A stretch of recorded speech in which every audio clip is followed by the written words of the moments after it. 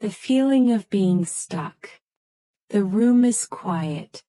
The kind of quiet where thoughts become loud. Outside, the world is moving, people are talking, laughing, living their lives.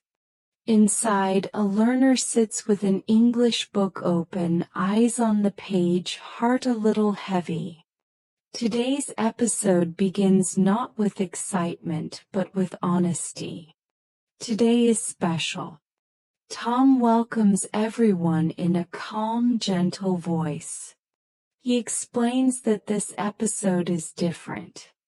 He has invited a close friend, a fellow traveler on the long road of language learning. His name is John Harrington. John is not just an English teacher. He is a listener, a watcher, a man who has seen learners struggle in many countries, in many classrooms, under many skies. He has seen hope. He has seen frustration. He has seen people almost give up. Tom makes one thing very clear before the conversation begins. Both of them will speak simple English. Slow English. Not because they cannot speak fast, but because they choose kindness. They want listeners to feel safe. They want listeners to understand. John thanks Tom. His voice is humble. He promises to speak slowly, to do his best. Not perfect, just honest. Then Tom asks the question that lives quietly in so many hearts. Why do learners feel stuck? John pauses. He does not rush. He knows this question is heavy. He begins softly. If you feel stuck, you are not alone. This feeling is not rare. It is normal. Almost everyone who learns a language feels this way at some point. Beginners feel it. Strong students feel it. Even advanced learners feel it. Feeling stuck does not mean you are bad at languages. Then John explains the truth that many people never hear. Language learning is not a straight line. A straight line goes up, day after day, week after week. Many learners expect this. They expect clear progress every morning. But real learning does not work like this. Real learning moves like the sea. Some days the water is calm. You understand more. Words come easily. Confidence feels close. Other days the water pulls back. You listen but meaning disappears.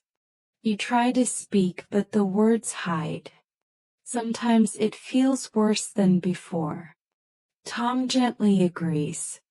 Learners think, why was my English better last week? John reassures them. This does not mean you are losing English. This does not mean you are failing. Something quiet is happening. Your brain is working in the background. It is building connections, organizing patterns, preparing future understanding. Progress is real but invisible. The advice is simple, almost peaceful. Stay calm. Keep going. Trust the process.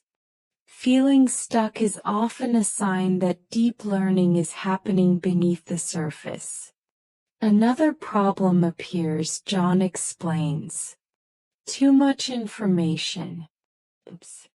Videos, books, methods. Learners jump from one thing to another. They start, stop, restart. Confusion grows. Direction disappears. Motivation slowly fades. When you don't know what to study, the journey feels endless. And the room becomes quiet again. Fear, mistakes, and the adult mind. The conversation turns inward, away from grammar, away from vocabulary. Tom asks about fear. Many learners understand English, but they are afraid to speak. The fear sits in the chest, heavy, silent. John's answer is calm but firm. Fear is one of the biggest enemies of language learning. Bigger than grammar, bigger than vocabulary. Fear whispers dangerous thoughts. If I make a mistake, people will laugh. If my English is bad, people will judge me. If I speak wrong, I will look stupid. These thoughts tighten the body. They slow the brain. Words freeze before they are spoken. Learners know the answer, but silence wins. Tom agrees. Speaking is a skill, and skills grow only with practice. You cannot learn to speak if you never speak. John adds something important. Mistakes are not enemies. Mistakes are teachers. He asks listeners to think about children. When children learn their first language, they make endless mistakes. Wrong words, wrong sentences, mixed meanings. Nobody laughs. Nobody judges. We understand that mistakes mean growth. But adults forget this. Adults become strict, hard on themselves.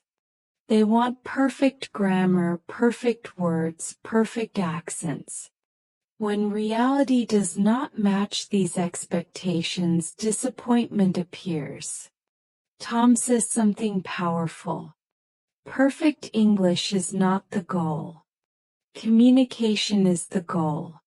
Sharing ideas, sharing thoughts, sharing feelings. Someone understands you, you are successful.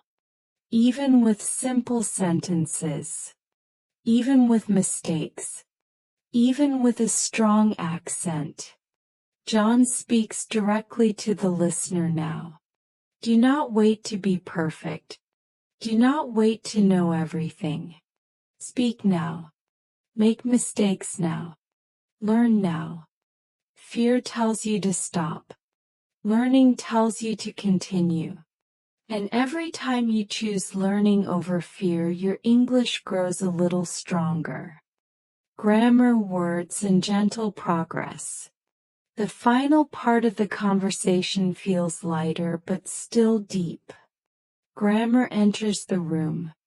Many learners believe they must learn all grammar before speaking. John gently breaks this belief. Grammar matters, but grammar is not everything. Knowing rules is not the same as using language. Grammar should be a tool, not a prison. Some learners are trapped inside their heads, checking every sentence before speaking. This slows them down. It steals confidence. The better way is simple. Learn grammar in small pieces. Use it in real sentences. Hear it many times.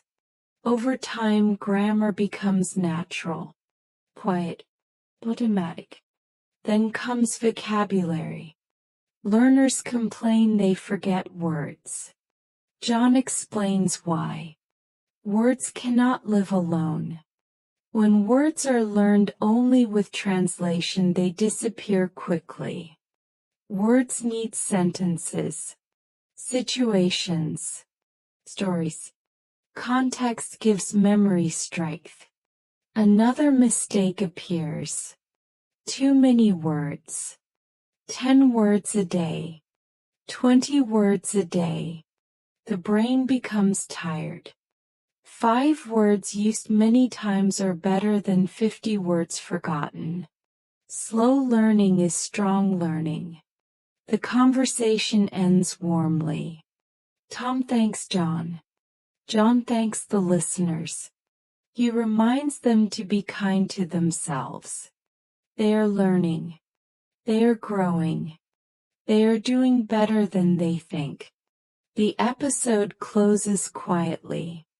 Slow English. Simple English. Real progress. And somewhere a learner closes their book not with frustration, but with hope.